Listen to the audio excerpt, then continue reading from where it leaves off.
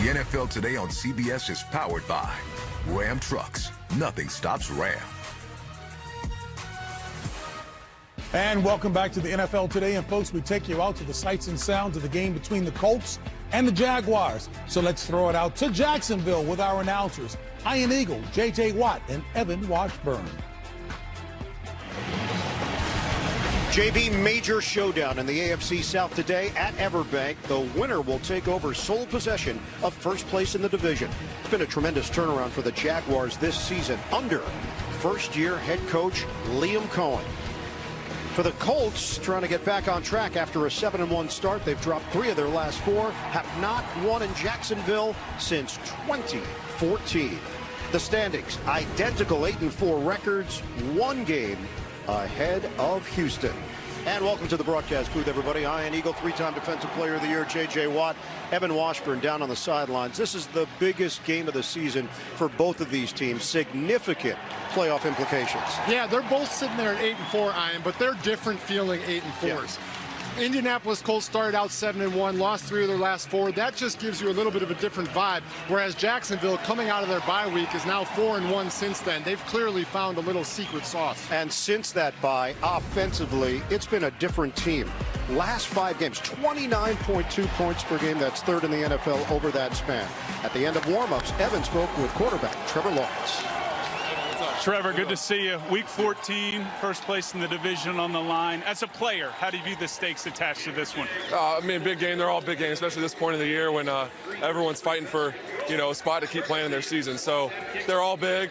This is the next one for us. Great Colts team we're playing. We got to play well today. Offensively, what do you guys need to do to move the ball against this defense in what could be challenging conditions? Yeah, we just got to be efficient. First, second down, that's the biggest thing. They're really good in second and third and long. They do a nice job. Got to try to stay out of some of those situations. Obviously, got to be able to run the ball and make some plays down the field. It really tests them down the field, all those things. So, like any week, we just got to play well. Appreciate you. Thanks, Evan. Appreciate it.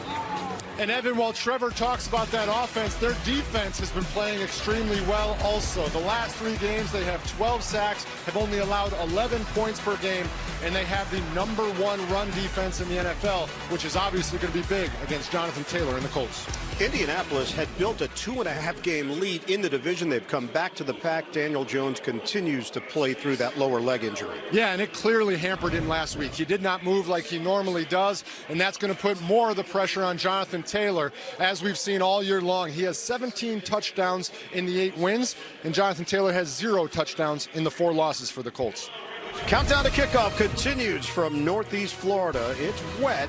How big of a role does the rain play today? Colts and Jaguars, first meeting of the season. All of the action is coming up.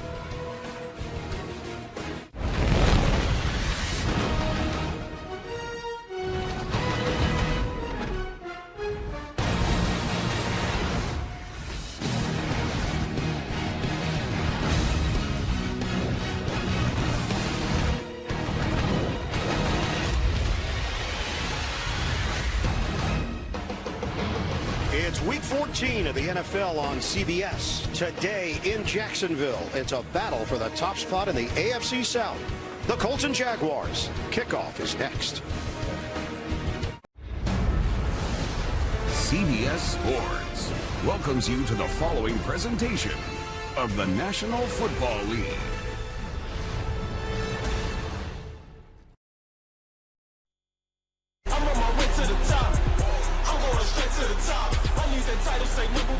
Division game, got to be lit. Let's go, baby.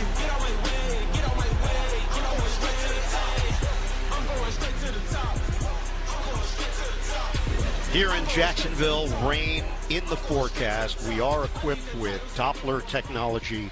Can go to it at any moment because the skies are a bit ominous. But JJ, so far the rain has not been an issue. It has held off. The skies certainly don't look great, but everything on the field so far seems to be okay. Indianapolis won the toss. They have deferred to the second half, so that is not what the normal philosophy has been for the Colts. Last week they took the ball after winning the toss and went 3 and out. This time they'll kick it off. We're underway. Big one in the AFC South. Tootin, the return man, and he gets drilled as he crosses the 25-yard line. And that's where Jacksonville will open up. Trevor Lawrence they're finding ways. And by his own admission, JJ, it's not always pretty, but it's been effective. Yeah, and after their Week 8 bye, they're 4-1.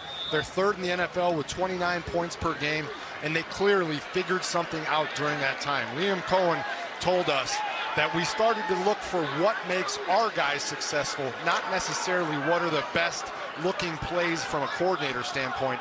And once they started to go players over plays, this offense really started to click.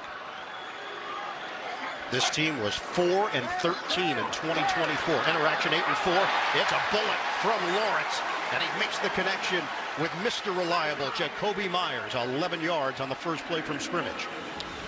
It's going to be a slant here. He's just going to come in behind the linebackers, and Trevor Lawrence is going to put it on him in front of him with plenty of room to catch it. And like you mentioned, Ian, Mr. Reliable.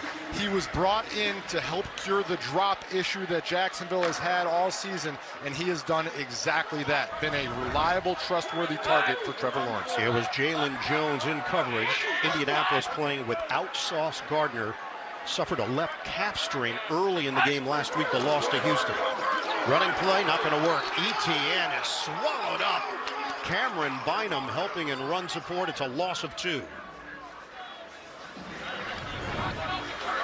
Taking a look at these two teams, Jacksonville on offense, as I just said, 29 points per game since Week 9. The Colts have been dealing with a lot of injuries, most notably DeForest Buckner and last week's Sauce Gardner. Moving fast here, Lawrence. It is snagged along the sideline by Myers, but he was not in bounds. Nick